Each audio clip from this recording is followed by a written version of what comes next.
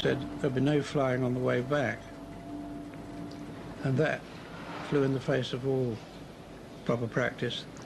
The personnel of the Swordfish Squadron, 823, started stowing torpedoes away.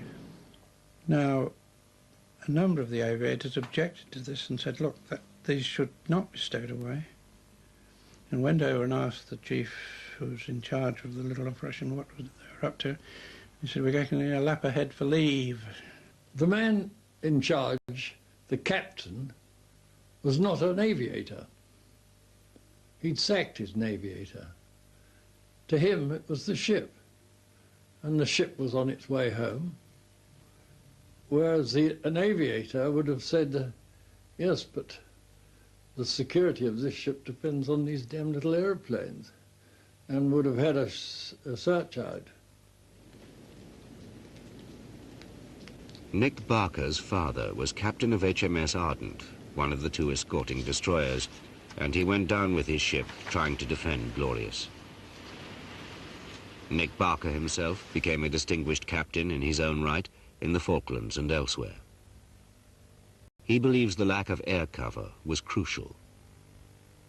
It was a very clear day, visibility maximum, and the aircraft would have had visibility, we'll say, out to 60 to 70 miles.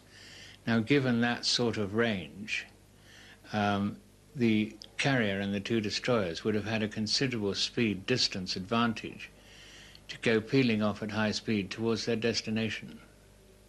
As it was, they had virtually no advantage. But would advanced warning have saved Glorious? Yes, I think so.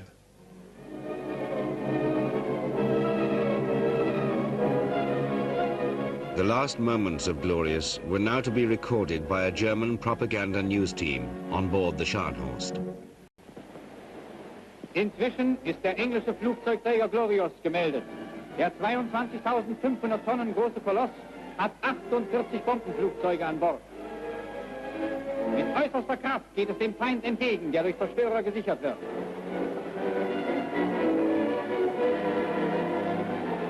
One of the first to sight Glorious was anti-aircraft spotter Willi Schulte. Ich stand oben am Format, neben mir stand ein Kadett, ein junger Bursche, der hat als erstes diese Rauchfahne am Horizont gesehen. Aber da habe ich sie auch gleich gesehen, der stand neben mir und sagte, eine Rauchfahne am Horizont. Und dann kam da langsam ein Schiff zum Vorschein. Ich hatte ja auch noch nie einen Flugzeugträger gesehen.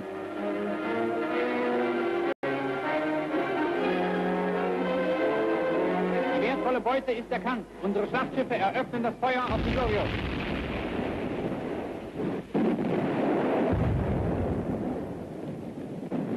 As having my tea, I saw through the porthole, splash, splash, splash.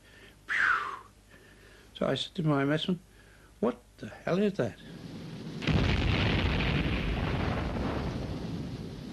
Der erste Salbe vor dem zu kurz war, die zweite Salbe war zu weit und die dritte Salbe lag mitten auf dem Deck des Schiffes, auf dem Flugdeck. Und dann habe ich gesehen, dass da 3, 4 Flugzeuge, die schon oben standen, über Bord gingen. Und dann war das für den natürlich schlecht, sie konnten da keine Flugzeuge mehr rausbringen. There was a rather large bang, and then when I looked back, the aircraft had disappeared, and so had the one next to it. And there was a large hole in the flight deck. Shell had gone right through and blown up inside the hangar and blown everything away.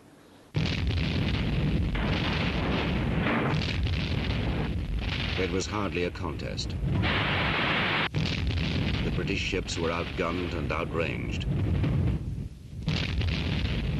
Die Taktik war vielleicht insofern nicht so gut, nicht, weil sie erstmal zu wenig Geschwindigkeit hatte, zu wenig Dampf, wie wir sagten, hatten, und dann auch keinen von ihren Aufklärungsflugzeugen in der Luft hatte. Nicht? Und da war sie, sonst wäre ihnen bestimmt davon gelaufen.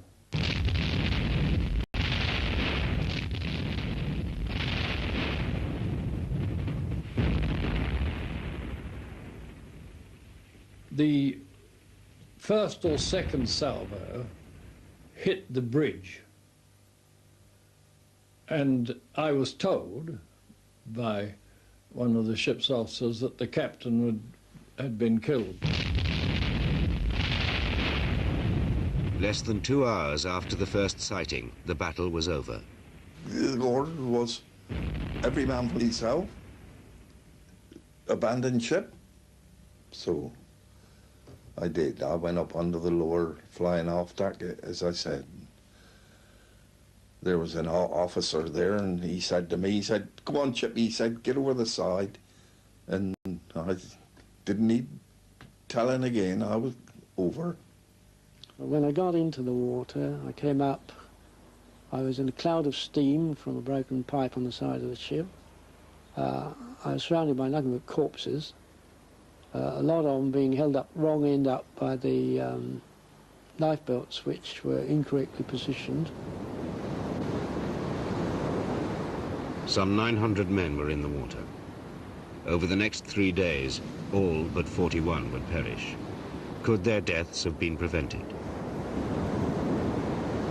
It's one of the most controversial questions in the whole story.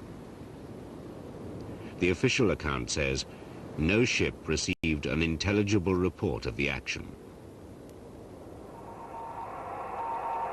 But at 16:20, minutes after the Germans were sighted, the telegraphist on Glorious did send a warning, an enemy report, to the fleet. One man who heard the signal going out was a swordfish telegraphist in Glorious checking his aircraft radio.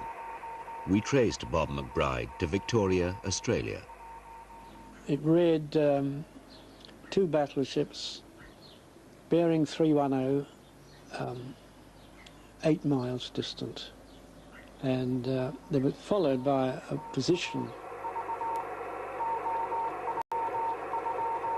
I know it was sent, because I know I heard it. I read it, I understood it, and I recorded it. And there's no way that anybody can tell me it wasn't sent.